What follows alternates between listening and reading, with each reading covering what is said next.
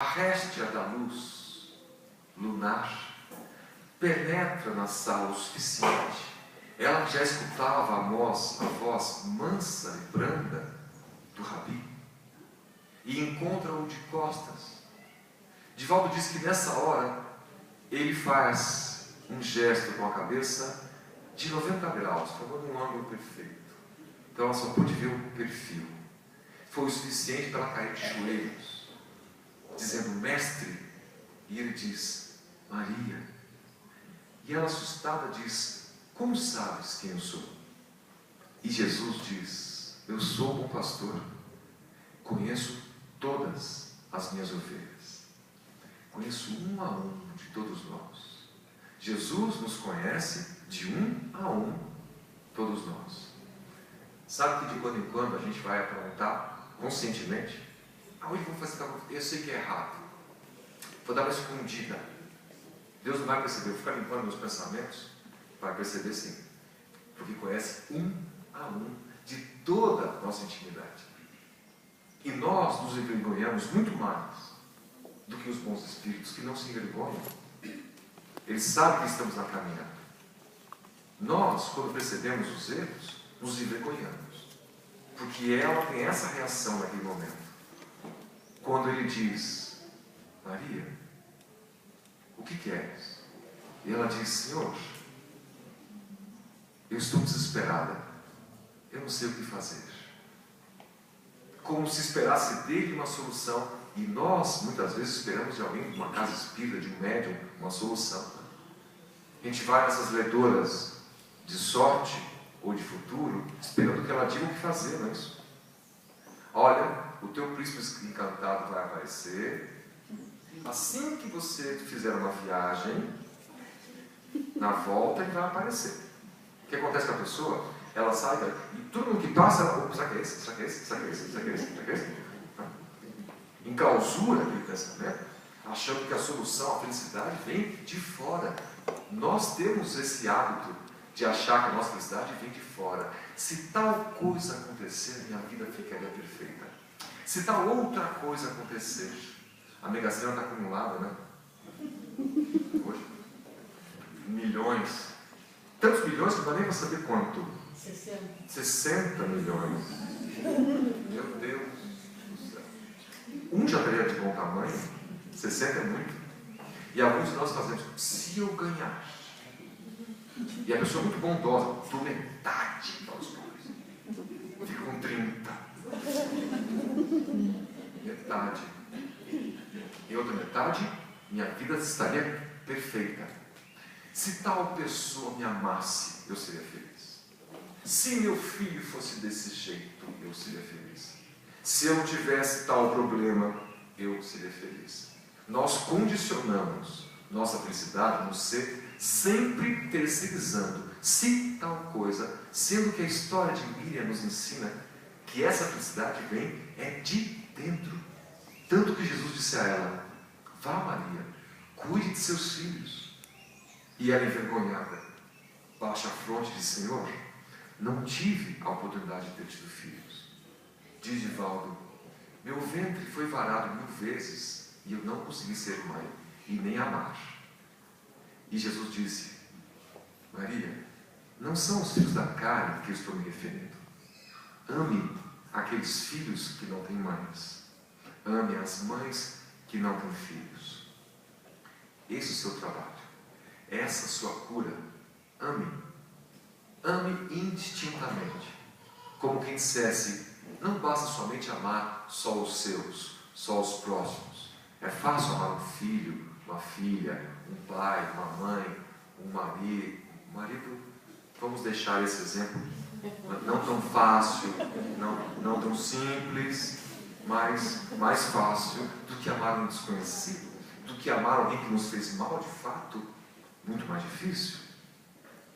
Ela sai dali em júbilo, adentra o barco, retorna à sua casa, atravessando um pedaço do mar da Galileia, acende as luminárias possíveis, os cegos notam a diferença, e no outro dia algo incrível começa a acontecer, porque ela começa a jogar obras de arte, joias, perfumes raríssimos e caros, doar e jogar fora.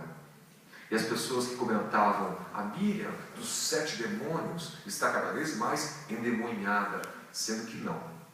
A Miriam dos 7 demônios, como que diz, aquela mulher que tinha os seus problemas, que não encontrava a bússola correta, que tinha em si a semente do amor, mas estava apontada para um destino equivocado, não estava mais endemoniada, estava se livrando exatamente de todos aqueles grilhões, essas presilhas materiais que nós vamos criando para sermos felizes, os objetos materiais, os bens materiais, que nós condicionamos. Eu seria feliz se tivesse uma casa própria, se tivesse um carro, nunca estamos felizes. Mas o psicólogo já alertou para a hierarquia das necessidades, não é isso? Allan Kardec estipula, talvez um dos capítulos mais maravilhosos de O Livro dos Espíritos, que é a lei do progresso, a lei de evolução. Ao mesmo tempo que nós sempre queremos e podemos avançar, ir além, esta evolução é espiritual e não material. A nossa confusão é que nós atrelamos a nossa evolução às questões materiais. Eu só me sentirei realizado quando tiver a minha casa, o meu carro e meus filhos em escolas particulares muito boas. Alguns conseguem ter, e devo dizer, não estão realizados. Tem outros problemas que os afligem. E quanto mais riqueza, eventualmente, maior são os problemas a ela vinculados e as pessoas que têm esse tipo de provação. Maria distribui tudo e começa a seguir o Nazareno.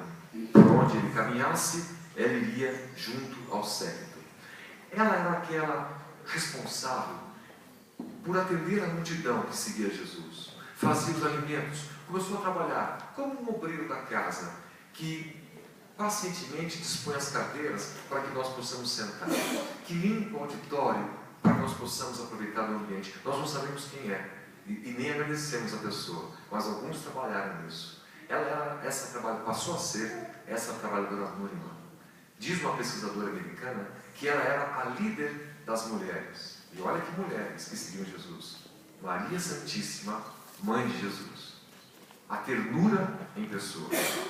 Joana de Cusa, esposa de um alto funcionário de Herodes, rica, e que arriscava-se de quando em quando, enfrentando o próprio marido, distribuindo alimentos, organizando alimentos, para que Maria, Miriam de Magdala, era como se fosse ali a líder desse processo.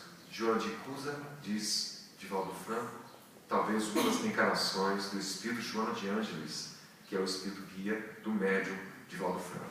Já era uma mulher ímpar aos tempos de Cristo. Miriam passou a assistir dali em diante tudo. Viu a entrada triunfal de Jesus em Jerusalém em cima de um jumento. Percebia que eram as mulheres que faziam os tecidos com linho finíssimos, alvos, e distribuíam perfumes no chão para que Jesus passasse por cima, coisa que Jesus nunca fez. Divaldo salienta, o jumento passava por cima, mas Jesus não. Ele nunca aceitou e ficou com nada dos presentes variados que lhe ofereciam e lhe davam.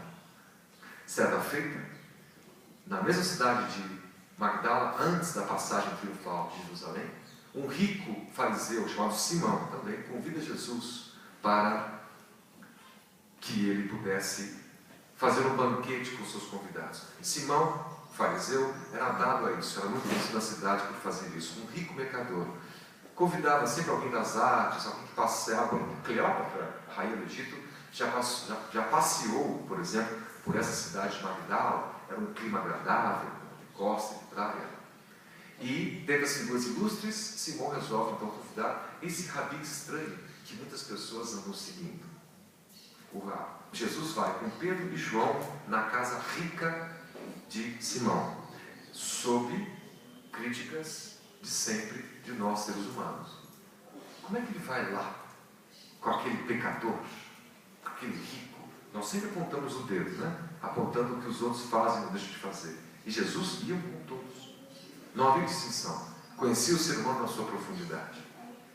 Entra, é convidado, chamam as cítaras e os músicos, as flautas, começam a distribuir frutas secas, peixe seco, carnes, aves, e de volta diz: Jesus, muito frugal, comia as frutas e algo do peixe, apenas.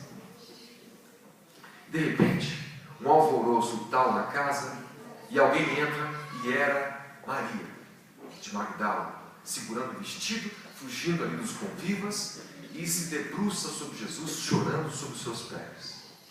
Simão, o fariseu, veio horrorizado, porque conhecia, a Maria era muito conhecida na cidade, como vendedora de ilusões. Ele próprio, cliente dela, muitas vezes, agora a condenava. Como essa mulher suja e imunda pode entrar na minha casa? E Jesus até então, impassível, sem falar, sem implicar, e vendo que Simão, cada vez mais preocupado ou irritado, quando vai chamar os seguranças para tirarem ela à força dali, Jesus faz o sinal e diz: Simão, deixa eu lhe perguntar uma coisa. Você que é rico negociante, rico mercador, se duas pessoas lhe devem dinheiro, uma lhe deve 500 denários, outra pessoa lhe deve 50 denários, ambos não têm como lhe pagar. Imagine que você perdoa ambas as dívidas. O que Simão ficou até feliz no momento, esboça um sorriso. Jesus pergunta: qual dos dois lhe vai amar mais? Simão diz: ora, o de 500, que foi o maior perdão, certamente deverá me amar mais do que o outro. Ele diz: então, Simão, eu vim na tua casa e você não me estendeste o linho branco. Vim na tua casa e você não me deu água limpa para que eu pudesse me banhar e tirar o suor.